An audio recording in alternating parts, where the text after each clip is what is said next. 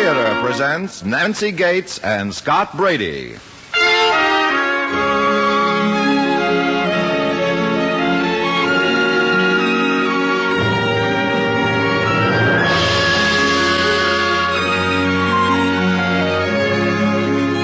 From Hollywood, the Mutual Network, in cooperation with Family Theater, presents Flight Plan, starring Nancy Gates. And now, here is your host, Scott Brady.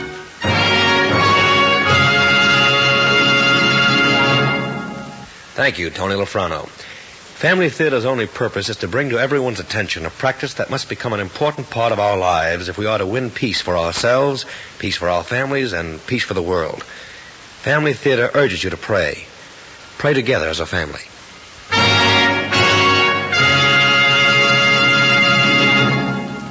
And now to our transcribed drama, Flight Plan, starring Nancy Gates as Jean.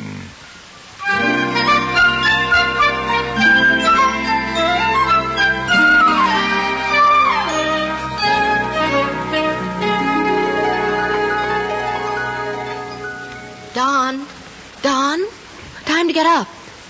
Don, time to get up. Come on, up. Rise and shine. No, get out of here. Oh, come on, it's a beautiful morning. The sun's shining, the birds are singing. Don, I'll pull the covers off. Get away from this bed, I'll let you have it. Will you, please? Not kidding. Now, you can just stop pointing your finger at me. This is a gun. Don. Pow! Oh, don't say I didn't warn you. It's almost noon. I'll sick the dog on you. We don't have a dog. Now, come on, out from under that blanket. Don? Don, the house is on fire. The world is coming to an end. Now get up or you'll miss it. Don?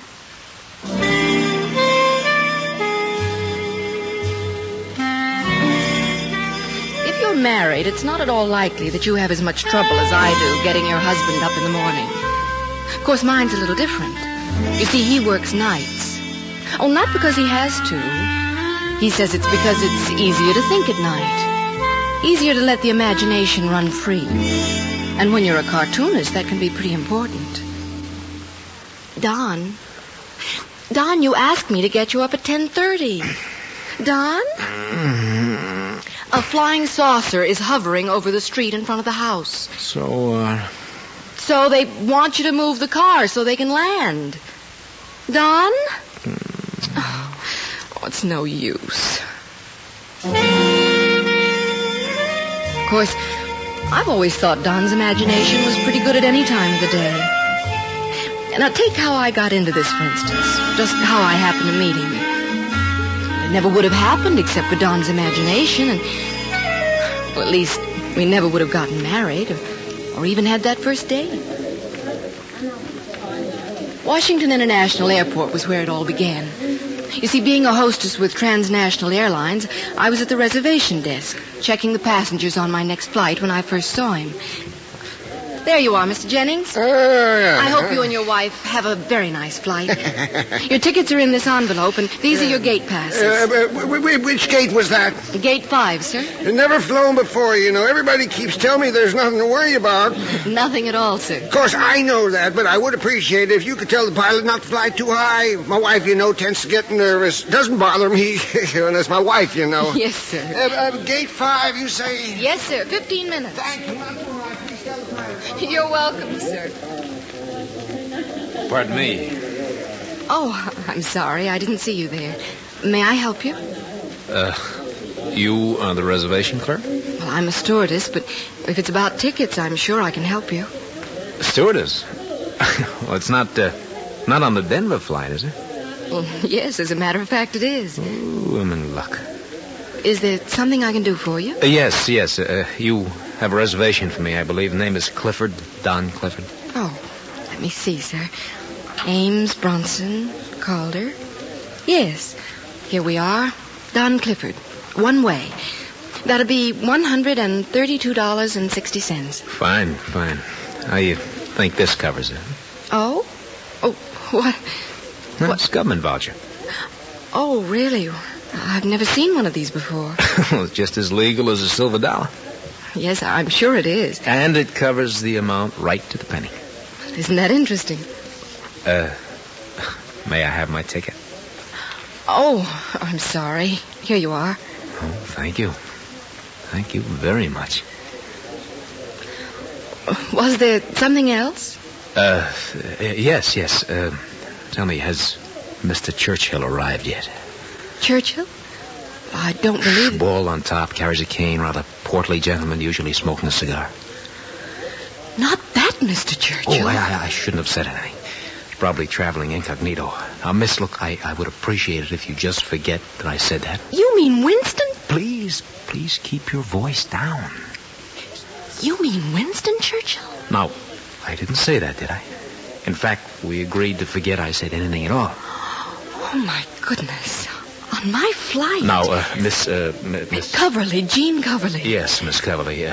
Now, mind you, I'm just saying that if a rather important person were traveling on your flight, and if the government was sending someone along to look after him. You mean a bodyguard? Please lower your voice. Oh, I'm sorry. Oh, what were you going to say? Saying that if someone were going to look after this important person, wouldn't the best place to sit, well, now, wouldn't that be the last seat in the plane? Oh, well, let me see. Yes, I think that would be the best place. He could see almost everything from there. Oh, that's fine, just fine. That would be right next to where the stewardess sits. Yes, sir, that's right. No, that's just fine. And, Miss Coverly, for anyone's information, Mr. Churchill will not be taking this flight. Now, do you follow me? Oh, I wouldn't breathe a word of it, Mr. Clifford. Not a word. Good girl. See you later. You can depend on me. Oh, I'm sure of that. On my flight. Hey, Shirley. Hey. Oh, yes, sir. The girl at the information desk... She said you people had the next plane out of here. Yeah, that's what she said. Yes, sir, we have a plane that leaves in about 7 minutes. Huh? Where to? Non-stop to Denver, sir. Good enough. Well, slip us a couple of ducats, sister. Come on. He means tickets, girlie. We'll take 2 tickets, please. One way? Yeah, one way. All right, if you gentlemen will just give me your names, please. Names? What do you need names for? Well, for the manifest, it's just routine. Okay, Arnie. Yeah, I think so. May I have your names then, please? John Smith. That is, his name is John Smith. My name is Bill Smith. John and Bill Smith. Yeah, we're brothers is what we are. Let's see, that'll be $265.20. Here's 3 bills. And here are your tickets. These passes will get you through the gate. Did you want me to check that bag? Oh, no. That is, it's so light. We'll just carry it. What gate was that? Gate 5. Fine. Come on, Milt. Oh, wait a minute, you forgot your change. All right, lady, keep it. But I can't. It's against the rules. Hi, Jeannie. Was there something wrong? Oh, hi, Gail. What's going on? A couple of passengers just ran off and left me a $35 tip. Oh, great. Unless somebody finds out about it, I mean. Yeah. Well, I guess I can give it back to them on the plane. Well, I'm officially on duty now, so I guess you can go see all your passengers aboard. Have they all arrived? Not all. 3 or 4 tickets left in the reservation box, and the flight isn't sold out. Is there anything else I ought to know? No, I think... How do you like that? I almost forgot. Forgot what? The most wonderful thing. I'm really not supposed to mention this, but... Well, then I suppose I'll have to tell you, seeing that he hasn't arrived yet anyway. Huh? Well, you'll have to give him his ticket. Give who his ticket? What are you talking about? Winston Churchill, that's what I'm talking about. Winston Churchill? Shh. Keep your voice down. No one's supposed to know. Oh, Ginny, you're nuts. I have it on very good authority. Whose? Well, on the authority of his bodyguard, that's who. Oh, somebody's pulling your leg. It's supposed to be a top secret. All right, wait a minute. Now, before you say any more, maybe you'd better take a look at this. The newspaper? Mm-hmm. Go and read what it says. Police amazed as 2 men hold up Washington Bank in broad daylight. The First National... No, not that. Here. This. See this picture? This one? Mm-hmm. See who it is? And look at the caption. Oh, read it. Well, it says, Mr. Churchill is being visited by friends. And it shows him at his front door. In London. Somebody's pulling your leg, honey. Well, if he thinks he's going to get away with it, he's got another thing coming.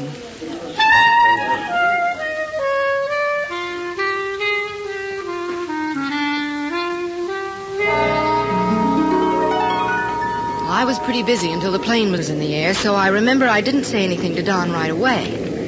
In fact, I didn't say a word until takeoff was completed and the smoking sign was on. Then I spoke my mind.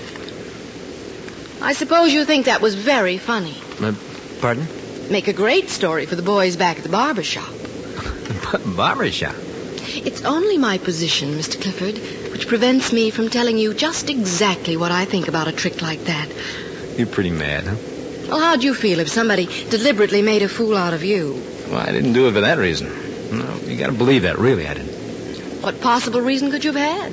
Well, there were two of them. Both very good ones. You see, I wanted to make an impression on you. Well, you've done that all right. And when I first saw you, well, I just thought that you were about the most beautiful girl I'd ever seen in my life. I wanted to sit next to you. You did? I still do. Oh, well, I suppose when you put it that way... and you will admit that about the last person in the whole world who could travel incognito is Winston Churchill. Well, I hadn't thought of it that way. I guess it is kind of funny, isn't it? Oh, well... and come to think of it, you didn't really lie to me. You just sort of led me along. Yeah. It's that way with most people.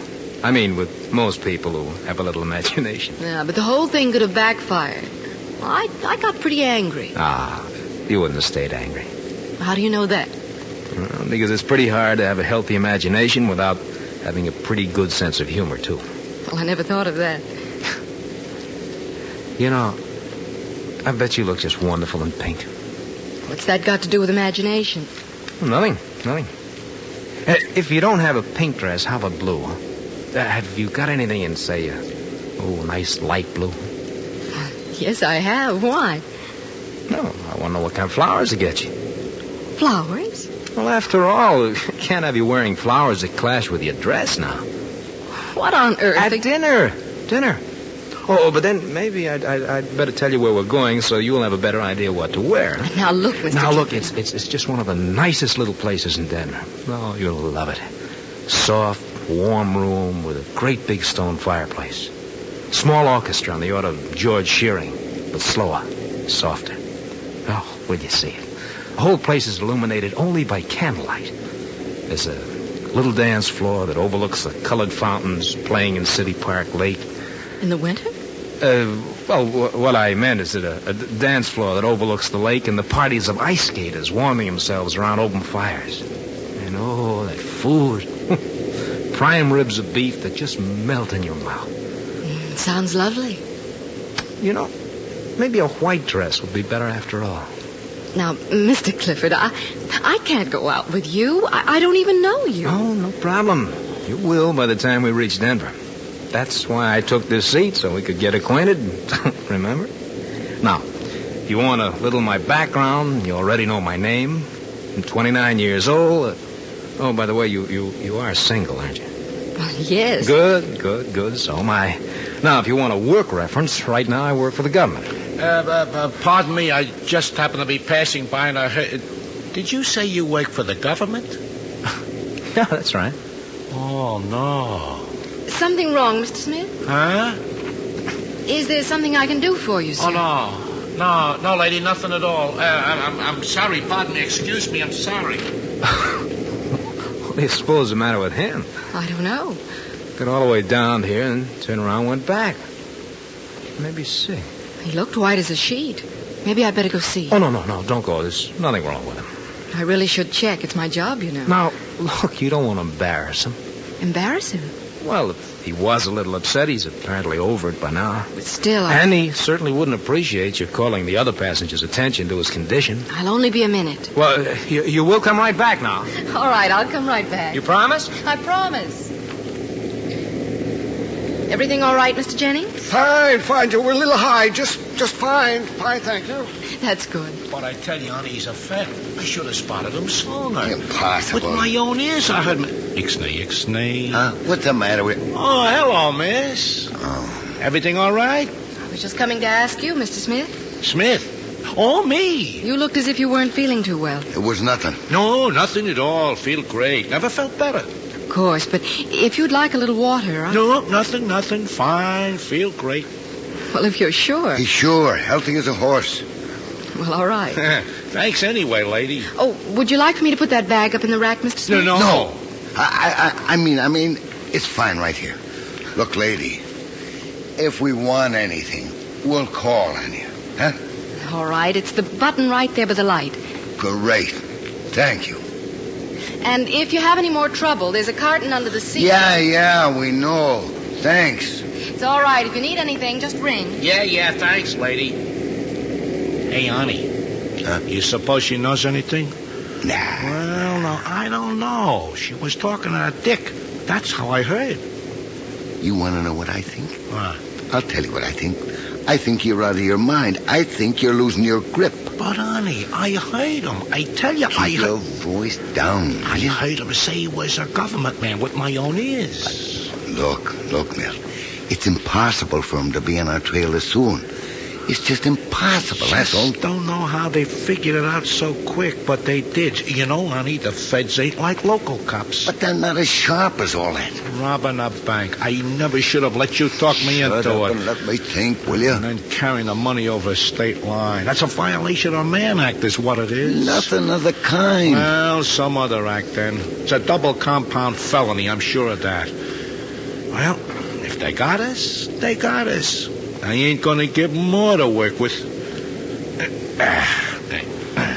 What are you doing? Pushing my gun down behind the seat. You're what? Yeah. I mean, you're what? I've already done it. I pushed my gun down behind the seat. Why'd you do a dumb thing like that? So they won't find it on me. Ain't supposed to carry a gun. It's violation of parole. You're out of your mind. Honey, you got me braids, you do the same thing. Look, just sit still, will you, and shut up. I gotta figure this thing out. You can't outsmart the feds. Will you shut up? Now, let me see. If this guy's a fed, why hasn't he pinched us yet? Why should he? All he have to do is phone ahead and pick us up in Denver when we get off the plane. Phone. How is he gonna phone from a... You might be right, Mike. You might be right. He could have sent a radio message. So they think they're gonna pick us up in Denver, do they? Honey, if they think they're going to, then they're going to. Milt, will you please let me think? I'm working on something. Yeah, I think I'm getting a plan.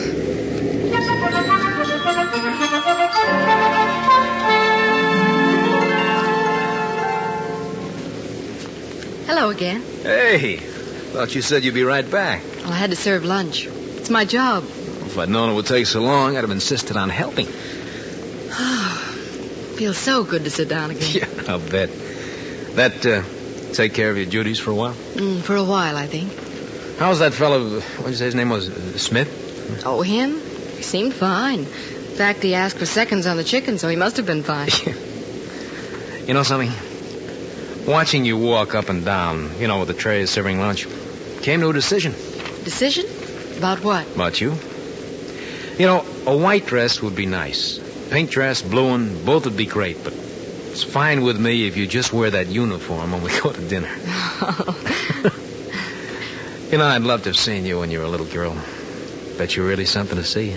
Oh, I was the funniest looking girl on the block. Nah. Really, I was. I was spindly and freckled. Oh, come on, you. Oh, it was terrible. What, pigtails? Oh, no, nothing so glamorous as pigtails. I had one of those haircuts like, what's his name, Prince Valiant? Oh, yeah, like the little boy in the paint can. Yeah. Oh, and I'd love to have seen that. Uh-oh. Here comes another interruption. Oh, it's the other Mr. Smith. The other Mr. Smith? Just keep your hands where I can see him. What? Is there something I can do for you, sir? There sure is, lady. You. Me? Yeah, you. Under this overcoat, there's a gun. A gun? Well, what is this, John? Just keep your voices down, and we won't have to get the rest of the passengers mixed up in this. All right, but what is all this? On your feet, the both of you. What are you going to do? I'm taking you both to join my friend and me in the pilot's compartment, where we can keep an eye on you. Come on, let's go.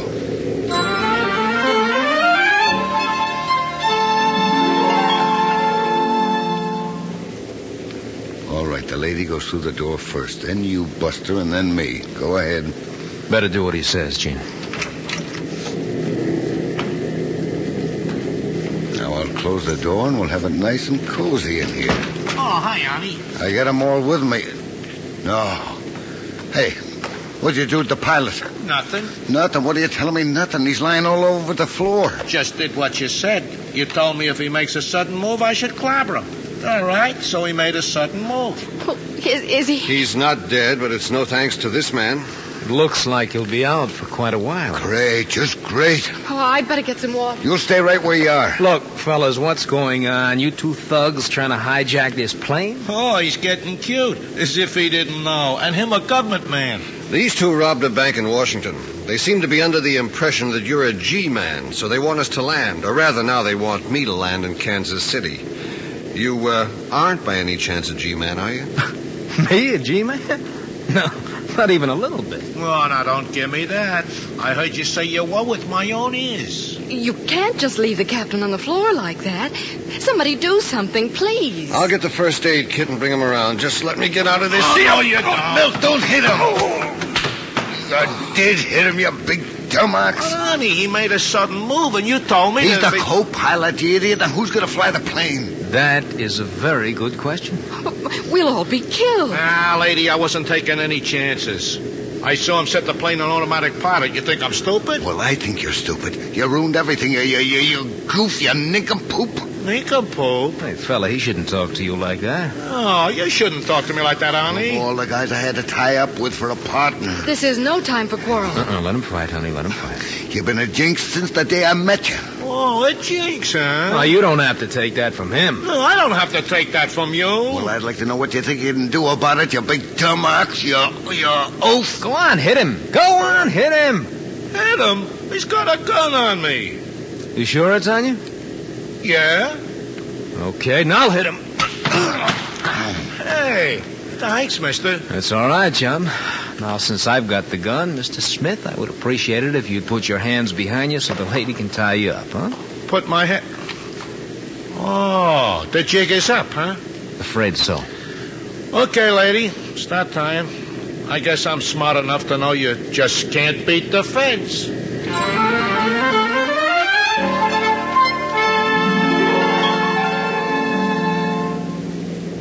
Well, hey, you back so soon? I'm back. How's the prisoner? Oh, tied up and strapped in his seat. And pilot, co-pilot, they feeling any better? They'll be all right. You really can fly a DC-3? DC-3 is old stuff to me. Has a different name in the Air Force, but it's the same plane. Air Force? I thought you said you were a government man. I said I worked for the government. And I did. Just been discharged from the Air Force. That's why I bought my ticket with a government voucher. Now, come on, sit down. Sit down. In the co-pilot seat. We've still got some getting acquainted to do. That is, if we're going to dinner tonight.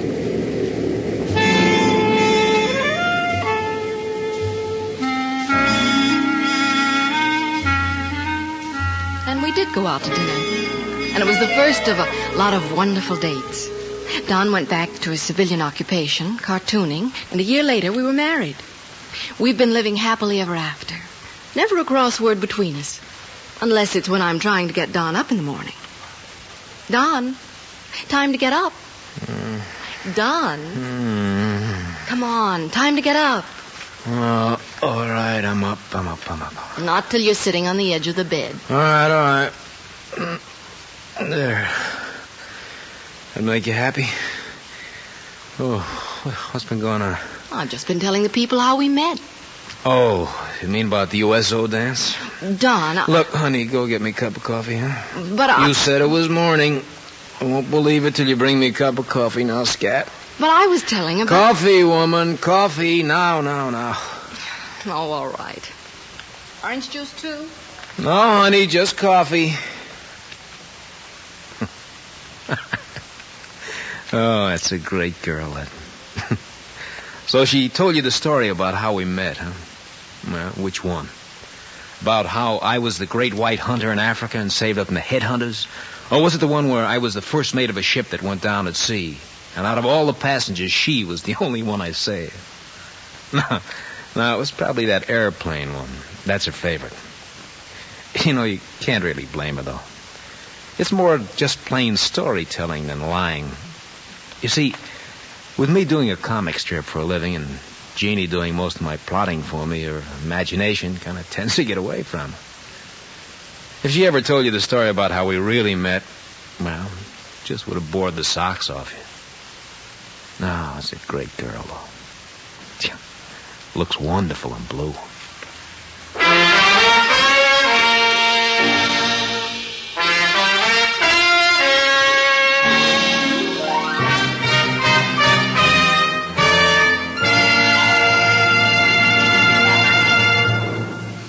This is Scott Brady again.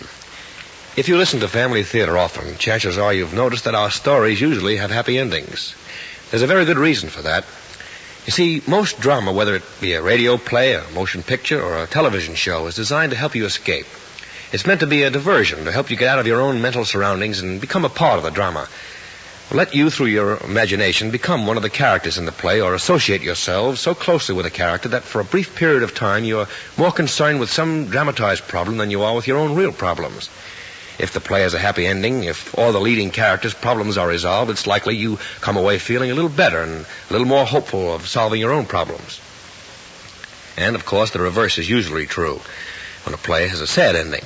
So we usually have happy ones. Plays, games, dancing, reading good books, all of these things that appeal to the play instinct in us are good when used in moderation. They help us face problems by giving us a chance to relax for a few moments, get away from it all, and therefore, in a way, recharge ourselves.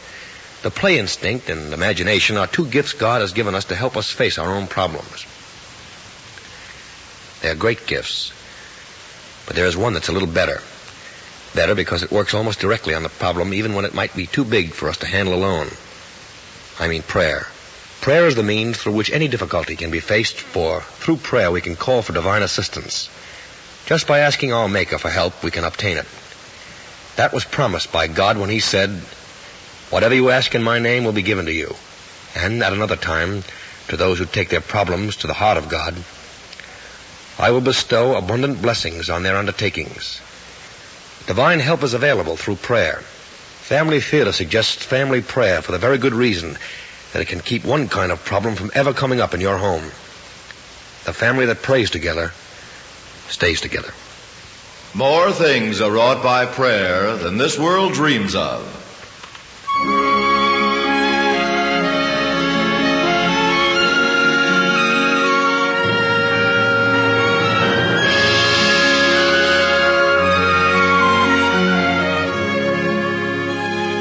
From Hollywood, Family Theater has brought you transcribed Flight Plan, starring Nancy Gates.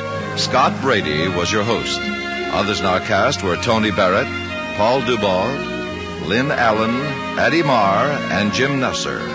The script was written and directed for Family Theater by Robert Hugo Sullivan, with music composed and conducted by Henry Mancini. This series of Family Theater broadcasts is made possible by the thousands of you who feel the need for this type of program, by the Mutual Network, which has responded to this need, and by the hundreds of stars of stage, screen, and radio who give so unselfishly of their time and talent to appear on our Family Theater stage. To them and to you, our humble thanks. This is Tony Lofrano expressing the wish of Family Theater that the blessing of God may be upon you and your home, and inviting you to join us next week when Family Theater will present The Ninth Floor of the Plaza. Irene Dunn will be your hostess. Join us, won't you?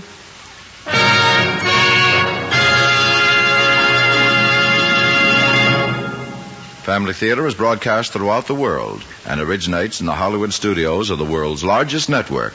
This is Mutual, the radio network for all America.